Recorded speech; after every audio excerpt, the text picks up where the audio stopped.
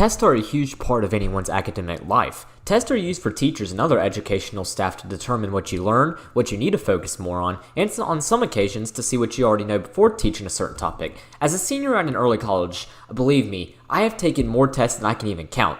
But some tests are even more important than others. One example of more important tests are standardized tests. So today, I'm going to talk about standardized tests. I'm Zach, and this is Storytime 32 on August 20th, 2021.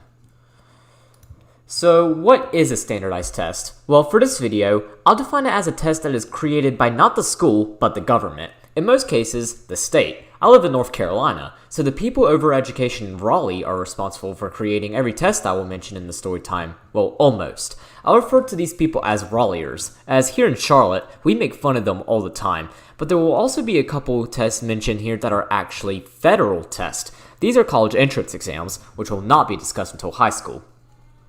So there are 4 different standardized test types that I want to explain first before I get on to my actual experience taking tests. This is just so you know what I'm talking about. It also gives you a good explanation of each test and how they function.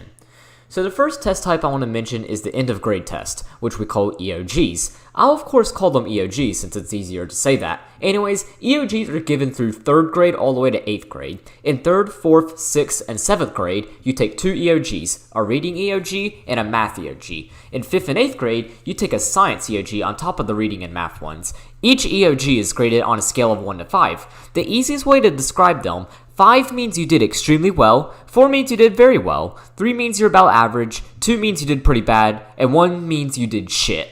Pretty easy to follow through. After all, these are given to students as young as 8 years old, so they wouldn't quite understand if you graded it like an SAT or an ACT. That's why they're graded this way. EOGs are very weird tests. The reading one has 60 questions, while the math and science have 75 questions. Generally, there are about 10 to 15 field questions on each one. Field questions are questions that don't count towards your score. However, the Raleighers put these on the test in order to determine what questions they should and should not include for future tests. It also helps them determine what topics need to be taught more and what topics need to be taught less. EOGs are of course given out at the end of the year, generally either the last week of May or the first week of June. By the way, unless otherwise specified, all of these tests will take place at the end of the year, but some tests will be at different times of the year for different reasons. The second type I want to mention is the North Carolina Final Exam, or NCFEs for short. To keep things simple, I will call these final exams. Anyways, final exams are much simpler than EOGs. Every final exam has 40 questions and no field questions, meaning every question counts towards your score. Also, final exams are not graded on a scale. They are graded by percentage like every test you take in school. Now, final exams could be for any subject. The first final exam I took was in 6th grade, which was only one, being science, since I had EOGs for reading and math. In 7th grade, I took a final exam for both science and social studies, and in 8th grade onwards would be a little wacky regarding final exams. I would take 2 of these in 9th grade, and in 10th grade will be when things get really messed up. I'll explain when we get there. You are given only 2 hours on final exams. The third type test to mention are end of course exams, or EOCs as I'll call them.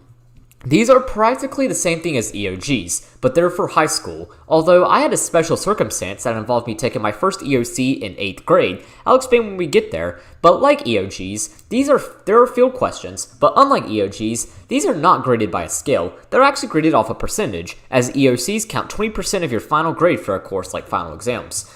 There are only 4 EOC courses, being Algebra 1, World Lit, Algebra 2, and Biology. Finally, we have the college entrance exams. These will not be mentioned until 10th grade. These are, as you could guess, used for college applications. Well, 2 of them. The other 2 are pre-versions of the test, but these tests basically determine whether or not you are ready for college. Unlike the other 3 tests, these are not created by the Raleighers. They are federal tests, as every student in the nation takes them. So then that brings me to my first standardized test. Now, I don't normally talk about pre-2015 on Storytime, as it's pretty hard for me to remember that far, but for the sake of the Storytime, I will be going back all the way to May 28th and 29th, 2013. I was in the 3rd grade. 3rd grade was overall a pretty bad school year. I got bullied quite a lot, and I had one of the worst teachers I ever had. My 3rd grade teacher was really mean. So in 3rd grade, I took both the reading and math EOG. I took the reading EOG on May 28th and the math on May 29th. So before I talk about tests, I want to talk about something I don't normally tell people. I don't normally talk about it because it's a very taboo thing for me to talk about, but it's very critical in regards to understanding how I took my earliest standardized test. So, I'm autistic. I have Asperger's. As a result, I'm very weird around people. I think that's one reason I can probably point out to why I've never had a whole lot of friends growing up. I'm just really weird around people. As a result, my parents had to have me do, I guess you could say, special things. Like I took speech throughout elementary school. I also was put in some weird-ass situations that could be a story time in themselves. I also took preschool for two years. One in 2007 with the class older than me, and then 2008 with the kids my age.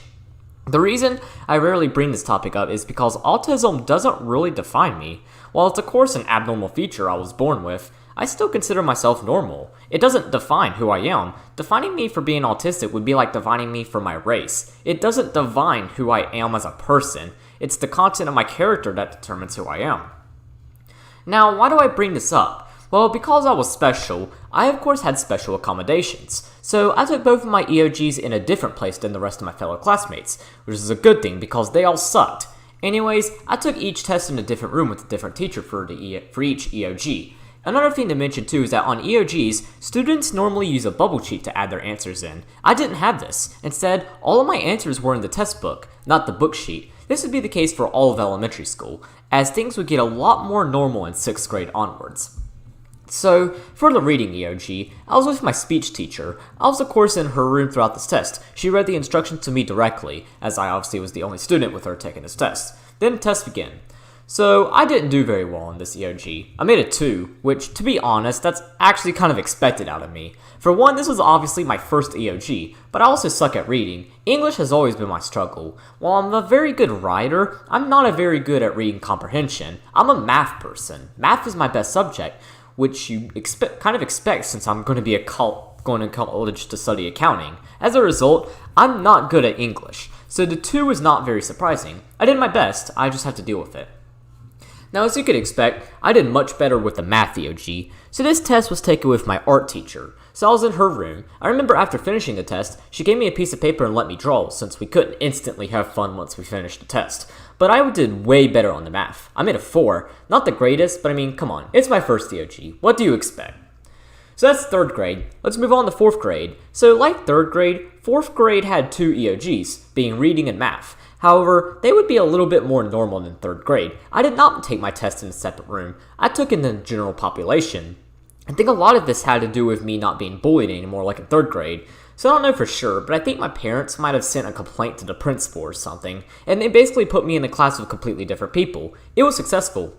I became very popular in 4th grade among my class, which would then spread outside my class to me being popular amongst the whole school. More on that in 5th grade. But I think that now that I got along very well with my class, I was able to take the EOGs with the general population. I still didn't use a bubble sheet though. That was the only accommodation. So the reading EOG was taken on May 27, 2014, and the math on May 28, 2014. They were very forgettable though. Not only did this take place over 7 years ago, but I also made the same grades on each EOG that I made in 3rd grade. Made a 2 on the reading and a 4 on the math. Just overall a straightforward test. And then comes 5th grade. This and 7th grade were probably the best school years for me. 5th grade was really awesome. The popularity from 4th grade carried over, and now I was one of the most popular students at school. So as you can expect, 5th grade was a really fun school year. So now, 5th grade was a little different regarding exams. So while I still had the math and reading EOG, I also had to take a science EOG. The science EOG worked very differently than the other 2 tests, so I'll explain it more in detail. But anyways, the reading and math EOG were basically the same process as 4th grade, as in the general population. However, I do remember it being extremely cold during these tests. For some reason, our teacher didn't want us to fall asleep after that test, so she made the room extremely cold. So I was pretty much freezing to death throughout most of the test. The reading EOG was taken on May 27, 2015, and the math EOG was taken on May 28, 2015.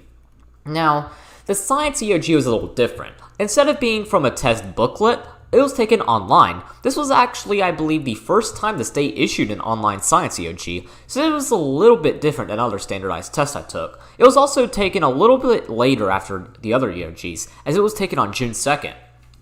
So now for test A, So this test was not taken in our classroom. Since it was online, we took it in the computer lab. Like all EOGs, we were given 3 hours to take it. However, we could be provided with extra time if we needed any. By the way, there's only one case in which I had to take extra time for a standardized test, and it was not 5th grade. So the test itself was pretty easy. 5th grade science was one of those classes that I know I could tell that I learned a ton from, and I did very well in the class overall. 5th grade was kind of like that one school year where I'd say my brain really started to kick in. Like for some reason, I just became really smart this school year, and it proved with my science EOG.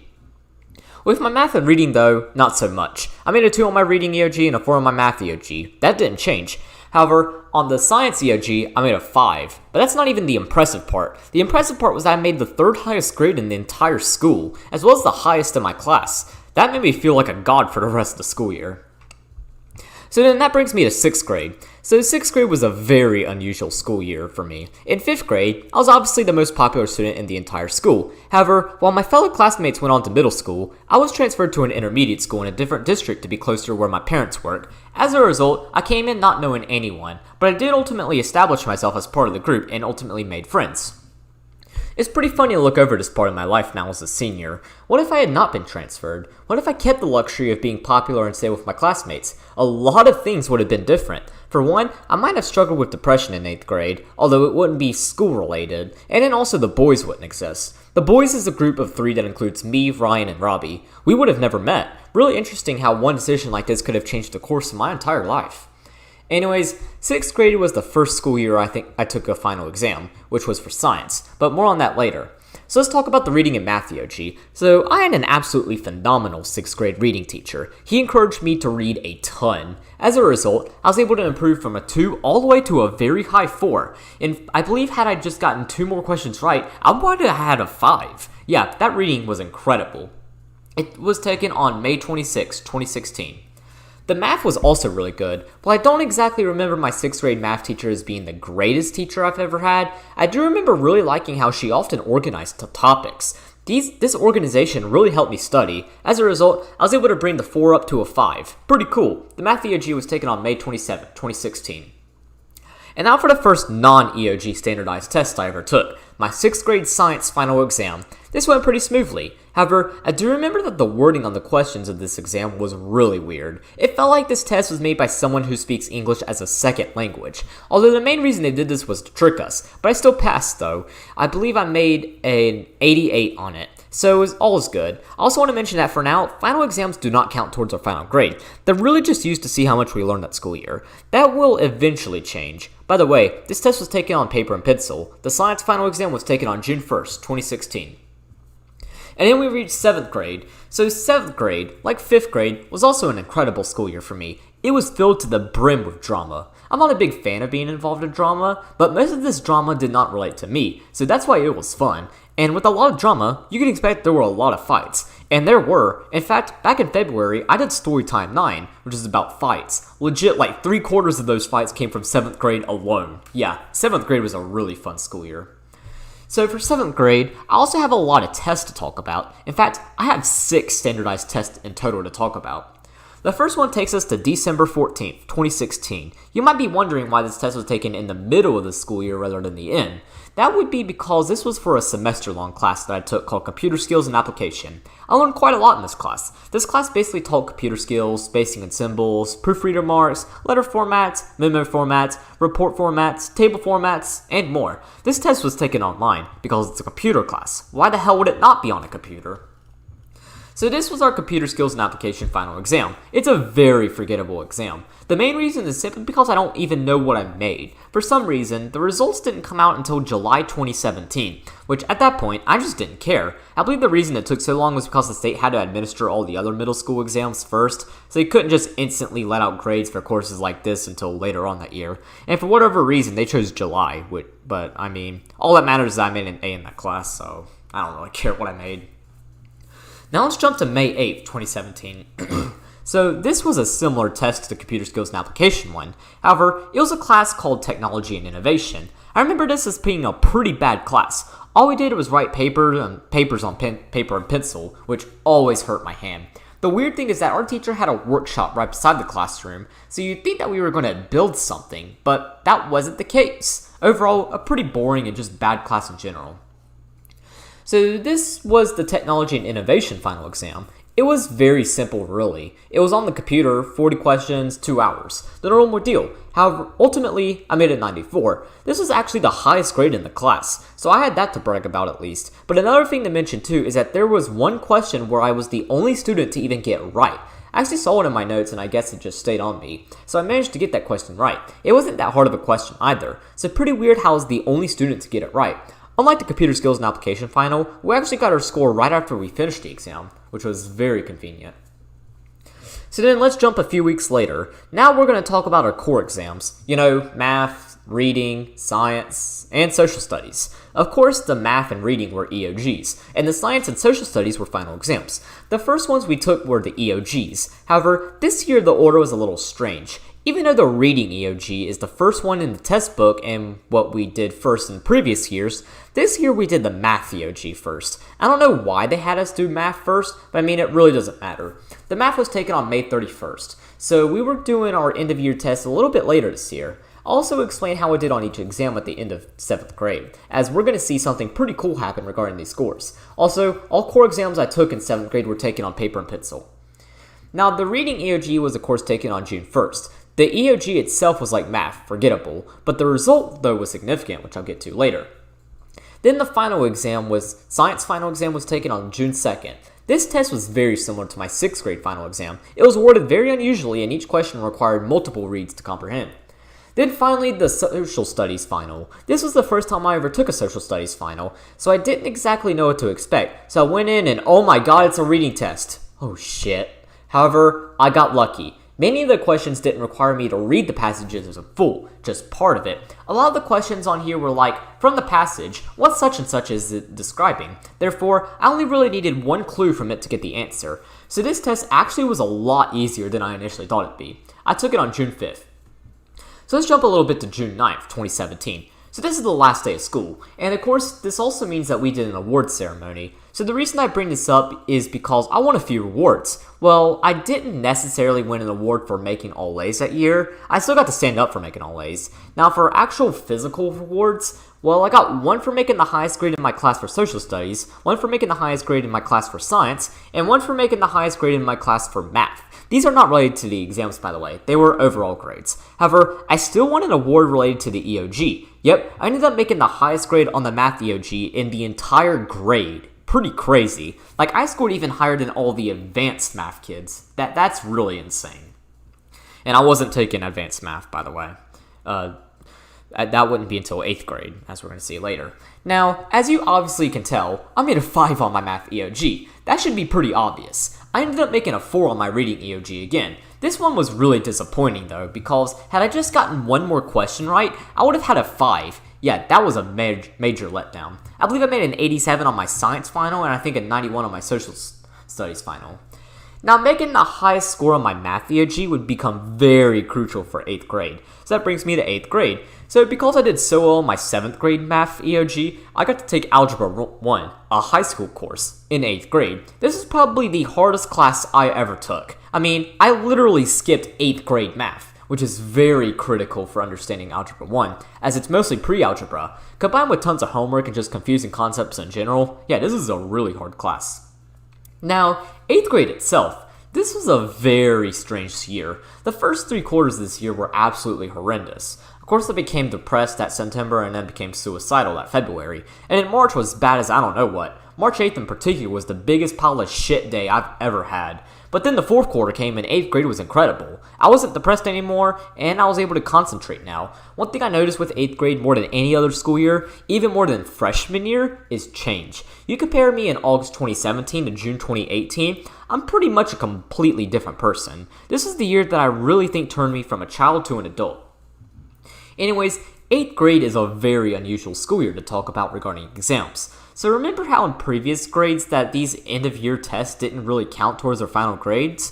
Well, this is the year that changed that. Well, 3 of the 5 tests do. The reason is because in 8th grade, I took 3 high school courses. In high school, final exams and EOCs count 20% of your grade for a course, unlike EOGs that count 0% of your grade. This year was also a little funky with test types as well. I took 2 EOGs, 2 final exams, and an EOC.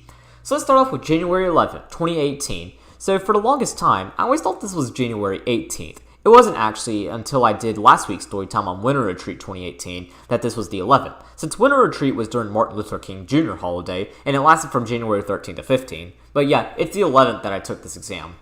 So this is the World History final exam. World History is a 9th grade social studies course, so this was one of 3 high school courses I took. World History was probably the easiest high school course I took in 8th grade, as well as the only easy high school course I took. I mean, it's history. History is fun, so just learning all the details and dates was a pretty easy thing to do. However, I still studied quite a lot for this exam. Our teacher bought the 2017 exam and allowed us to use it to study. Funnily enough, I saw some of the same questions on the 2018 exam. As a result, I absolutely breezed through this exam. I have never said ultimately like that ever. Anyways, I ultimately made a 94 on this exam.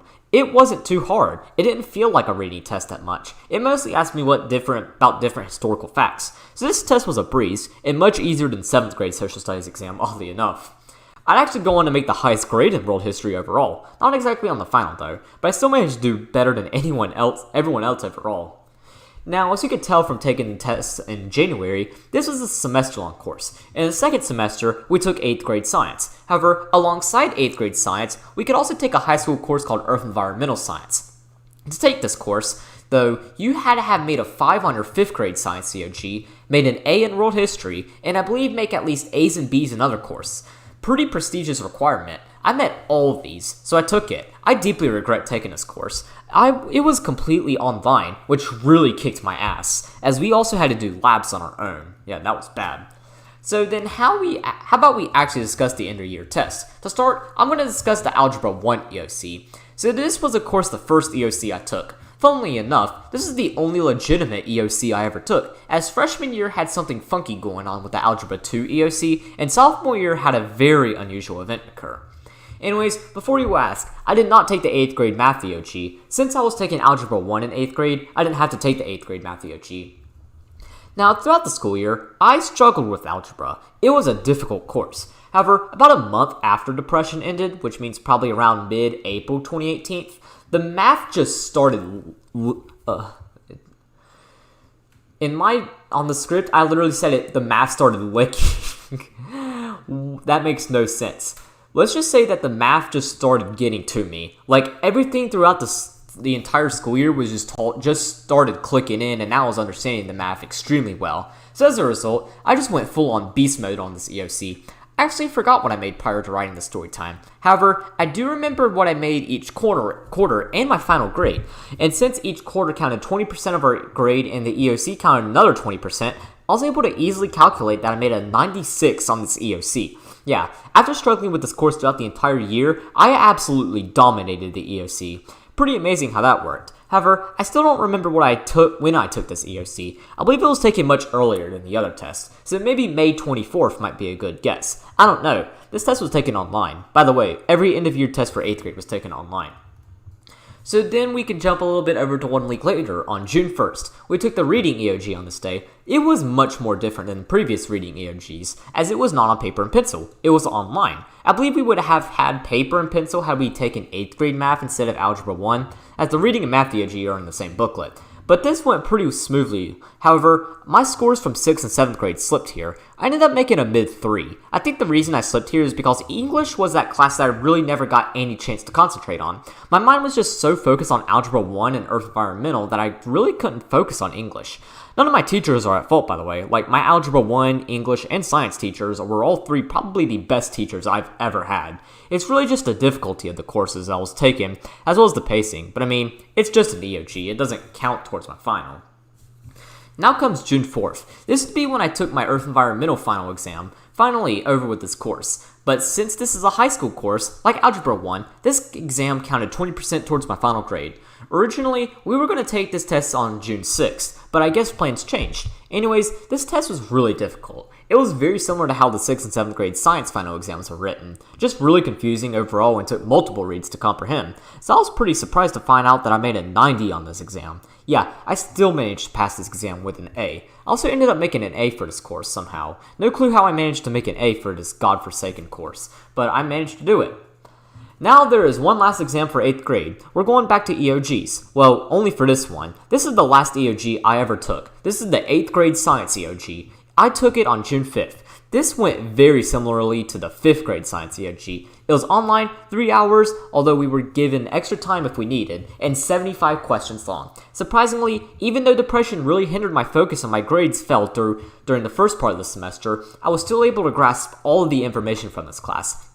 This class was a lot like 5th grade science in that way. Like, I could tell that I learned a ton from this class. And my EOG score showed. While I didn't do as well in the EOG as I did in 5th grade, I still did very well. In fact, I did almost just as well. I made a 96. Well, a 96, I made higher than 96% in the whole state. On the 5th grade, it was over 97% of the grade. So basically, I made a 5. So not bad. I do know what screwed me up with it though. One problem involved balancing a chemical equation. Was never able to get a grip on it, so I know I missed that question. As for other questions, I really don't know. So yeah, that's every standardized test all the way through middle school. Now it's time for high school. So the high school I go to is a little interesting. I go to an early college. Here I get both a high school diploma and an associate's in either arts or science when I graduate. I'm getting an associate's in science, by the way. As a result, instead of having other curricular classes such as computers or technology, my college courses took the place of those. Some college courses do have finals, others don't. And even with those that do have finals, they aren't standardized tests. Our professors simply make up the finals themselves, so I won't talk about those, although sometime in the future I might make a story time on unstandardized tests, in which I will talk about those. But for now, I'm only going to be discussing high school end-of-year tests as well as college entrance exams, since those are very prevalent in high school. So now in freshman year, I have only 3 end-of-year tests to talk about. The first one I want to talk about was the geometry final exam. I think I took it on December 18th, 2018, although I do not know for sure. Anyways, geometry was a lot easier than Algebra 2 or Algebra 1 because it wasn't a very fast-paced course. It didn't have a ton of content, so the content it did have, I had more time to comprehend. So I did very well in geometry overall. And plus, I wasn't depressed like I was in 8th grade, so since I was doing very well mentally, especially the first quarter, I could focus on and learn it easier. Now for this final, us freshmen were gathered in the lunchroom, or multi-purpose room as our school calls it. There were also a lot of 10th graders that took this test too, so they joined us in the multi-purpose room to take this exam.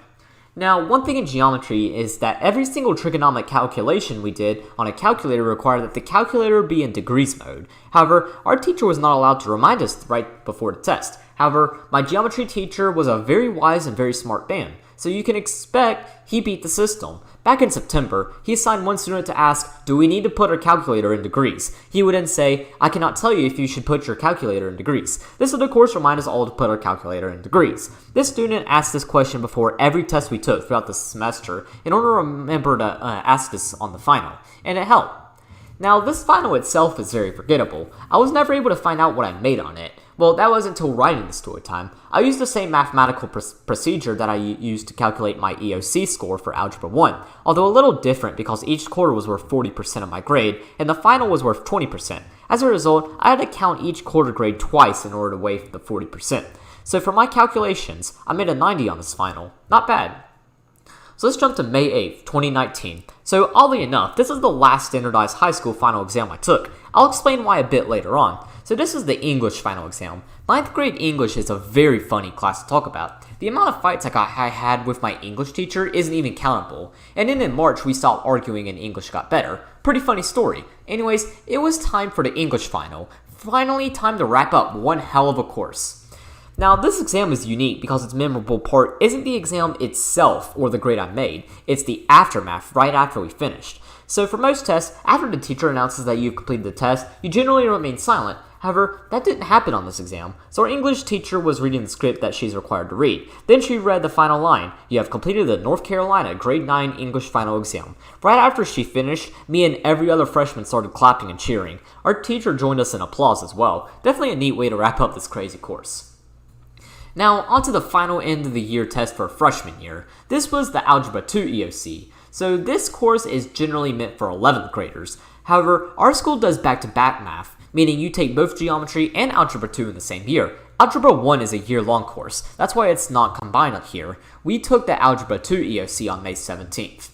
Now, the process basically went the same as the geometry final. We were with the sophomores and we did it online. However, because this was an EOC, we were given 3 hours as well as extra time if we needed, and there were 75 questions. Another thing to mention too is that we didn't ask if we needed to put our calculator in degrees. The reason is because Algebra 2 introduced us to radians, and as a result, many problems required the use of radians mode, although we still often use degrees mode on top of it, so we really had to remember what mode to use and then use it. So the actual process of taking this test went very smoothly. I conveniently took the entire 3 hours. Like right when I clicked submit, the 3 hours was up, so that was nice. However, I don't remember what I made on this EOC, and the reason is because I didn't get a grade for this EOC. This EOC did not count towards our final grade. Why is that? Well, this was the first time that the state of North Carolina issued an Algebra 2 EOC. Therefore, the Raleighers needed some students to test on to help determine how they should word the test and what topics need to be included or excluded from the Algebra 2 curriculum. Therefore, every single question on this test was a field question. Our teacher was not allowed to tell us beforehand, as that might have skewed the results, but he did tell us afterwards. Some students were pretty pissed off. For me, I was pretty happy that this didn't count towards my grade. While I probably did great on it, I was happy I didn't have to worry about a change in my grade, which was an A, so therefore, I made an A in Algebra 2. Right before I move on to sophomore year, I want to mention a couple kind of standardized tests we took throughout freshman year. So, an interesting fact about my freshman English teacher is that she works for the ACT. Because of this, the ACT uses our school to test writing. They simply give us a prompt that they're considering for the ACT writing section. They also give each of us feedback on how we did and what we need to improve. We're one of the few schools in the nation that do this. I just want to point that out, as these technically were standardized tests, since they weren't created by our teachers or the school. Now on to sophomore year. So sophomore year was very strange. As a result, there's only one standardized test I have to talk about, but I will also explain the reason sophomore year was so strange as well, as it will be important for junior year. So the only standardized test I took in sophomore year was the pre-ACT. This is the first of 4 college entrance exams I will talk about. The pre-ACT is of course a test sophomores take every year to help them know it's on the ACT, which is taken in junior year. More on that later. I don't think my school did a good job administering this test though. They told us last minute that we were going to take it, and just overall it felt more sudden, unlike the ACT where we prepared a ton for.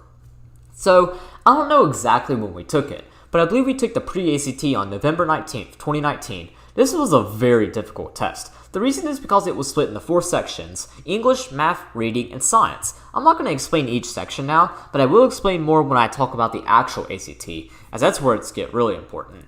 Anyways, I didn't do so hot in this test. I made a 21, the average is an 18, so I'm a little bit better than average, but this was the first time I really saw an ACT, so it was expected that I'd do pretty bad. However, I remember when we got our test back, this one kid got so mad over his test. I asked him what he made. Turns out he made a freaking 32. He literally made the highest grade in the entire grade. Wow. So I asked him why he was so angry over it. Turns out he took the real ACT in 8th grade, in which he made a 34 on. Yeah, in middle school. This dude is freaking insane. So I mean, I can understand his frustration. He'd go on to leave our school after sophomore year, as he moved to Durham. So I hope he's doing well. So from my experience, as well as talking with my English teacher, I found out that the pre-ACT is actually harder than the real ACT. I have no idea why it's harder, but at least it would prove to be helpful when we compare my pre-ACT to my real ACT. So that's over with. Let's talk about a very unusual situation that got me out of not 1, but 2 EOCs. So at our school, we call sophomore year the EOC year because you take an EOC for English, an EOC for biology, and an EOC for Algebra 2. Or in my case, an EOC for only English and biology. Yeah, sophomore year sophomore end of year testing is stressful. However, I was a sophomore during the 2019 to 2020 school year. March 2020 in particular is what I want to mention. So around mid-March, the coronavirus pandemic started rampaging. As a result, the whole nation had a lockdown and we had to do school online. Online schools suck. However, due to lockdowns and coronavirus in general, the Raleighers were not available to give us our test. As a result, all end-of-year tests in 2020 were waived. While COVID did suck, I'm at least glad this happened in sophomore year rather than, let's say, 8th grade. In 8th grade, I wouldn't have survived online school.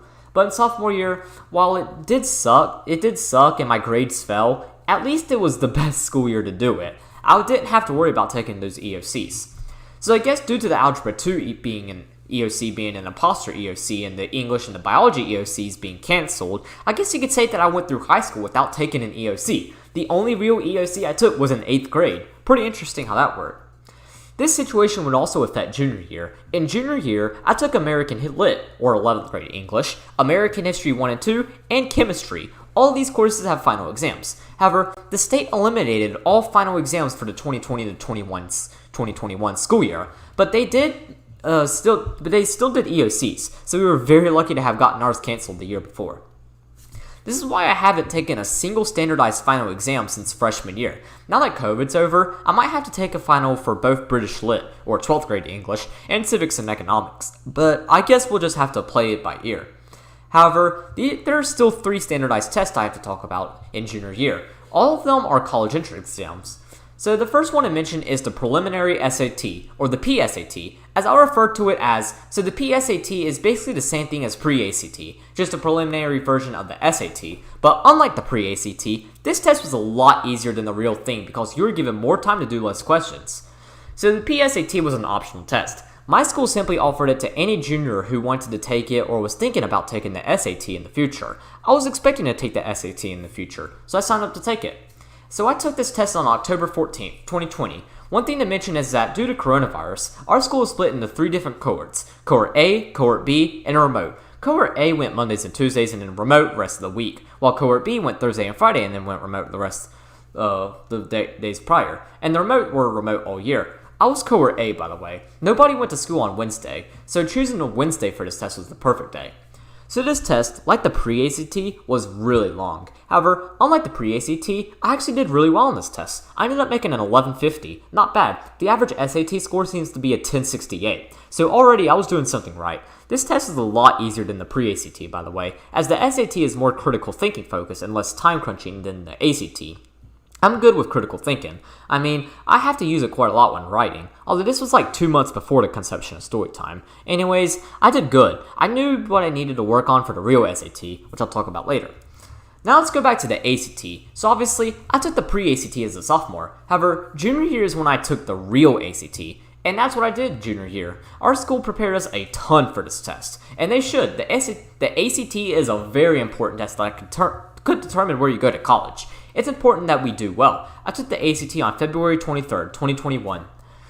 So now that we're at the real ACT, I can actually explain the test in detail. So the ACT is a college entrance exam that tests you in 4 fields: English, math, reading, and science. So first off is English. This is grammar. Grammar is very strange, as back in 1997, my state decided to stop teaching grammar. As a result, North Carolina tends to do the worst in grammar compared to the rest of the nation. However, my sophomore English teacher still taught us grammar, so we at least had a little bit of knowledge from her, although she couldn't teach us the entire grammar curriculum, as coronavirus came in March and screwed everything up, so that sucked. It also didn't help that here in the South, we butcher grammar rules all the time. Like I just butchered my last sentence right there. It's supposed to be all of the time, not all the time, as you need the preposition of to make a complete sentence. But I mean, that's how we talk, so that's why we do so bad with grammar.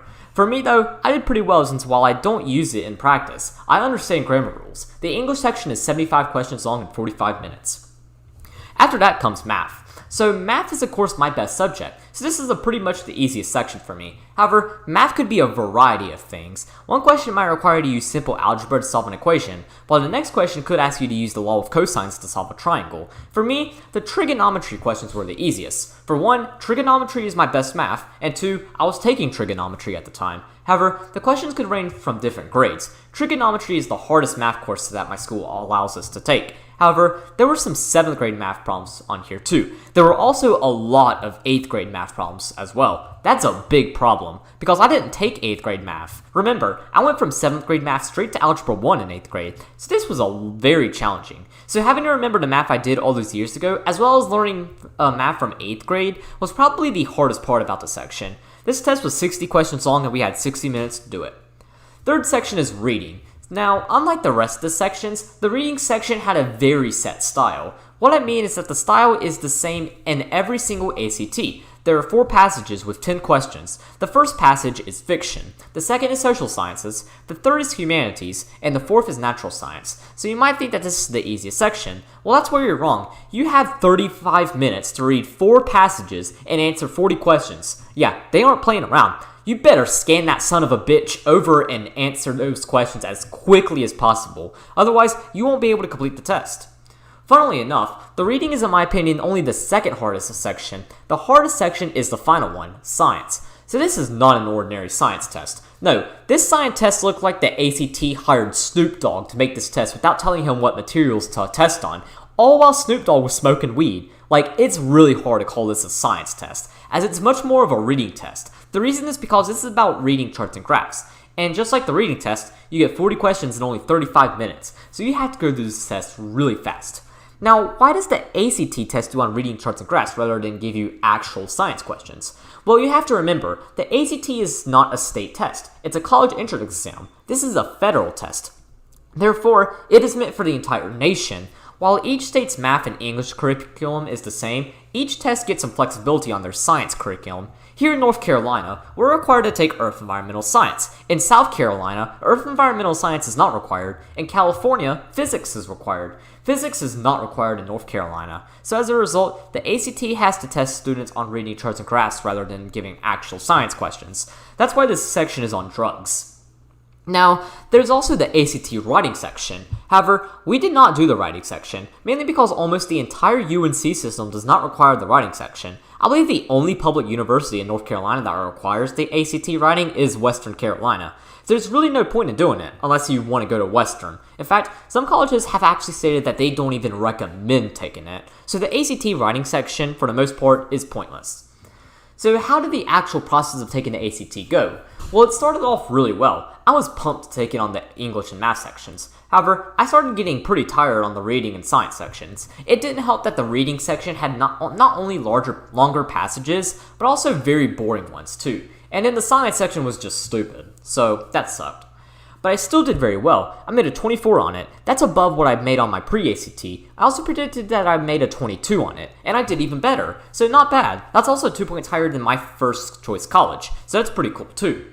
But funnily enough, taking the ACT was absolutely pointless. I didn't really need to take it. The reason is because on March 13th, 2021, I took not only the last standardized test I have to talk about for junior year, but also the final standardized test I have to talk about the Storytime, as well as the most recent standardized test that I took. This is the SAT.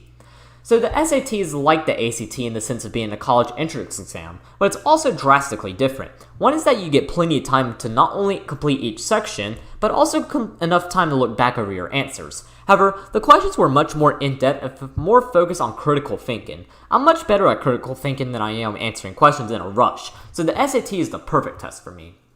Now, the SAT is different from all previous standardized tests mentioned throughout the story time. While all of these tests were taken with school, this test was not. I actually had to sign up for this test myself and take it at a different place than at school. I took this test at the school I would have gone to had I not gone to early college. So let's talk about the SAT for a minute. So this test included 5 sections. The first section was English, the grammar rules. Then the second section is reading. The readings are much different than on the ACT. The readings on the SAT are often primary documents. Like, as an example, one passage I had that I took when I took the SAT was an excerpt from a speech by Booker T. Washington. So since these passages are a lot older, they require you to focus more on comprehending them, and the SAT accompanies that by giving you more time. The third section is the calculator inactive section. The name speaks for itself. You may not use a calculator. This section is generally not very long, so the questions are of course different. Stuff like factoring polynomials and mental math is generally in this section. The fourth section is the calculator active section. This is a course where you can use a calculator. It's much longer than the calculator inactive section. This section includes trigonometry as well as some math problems that deal with large numerical values. Then the fifth section is random. It could be any of the previous sections. I got really lucky to receive a calculator active as my random section. This section kind of builds up in difficulty. Like, I'm not even kidding. The first problem on this section was what is 9 times 3? Yeah, that was my first problem. And the final problem asked me to use Heron's formula. So I was expecting to make a 1200 on this test. 1200 is what my dad made when he took the SAT back in the late 80s. According to our school, after we took the PSAT, we generally should expect to make 50 points higher than the real SAT than the PSAT. However, I did even better than that. I made a 1280 on this test. I was at loss of words when I saw it. Like, I had to clean my glasses to make sure I was seeing correctly. But yeah, I made a 1280. Not only did I beat my expected score, but I also beat my dad. Dad's a very smart guy, so that definitely made me feel really good.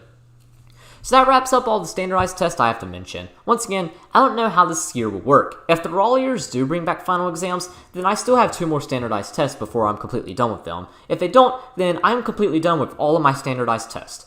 So that's all I got for today's story time. Next week, on August 27th, 2021, I'll be redoing January 29th, 2021. Why was sophomore year so weird? Storytime 5. Anyways, that's all I got, and I'll see you guys next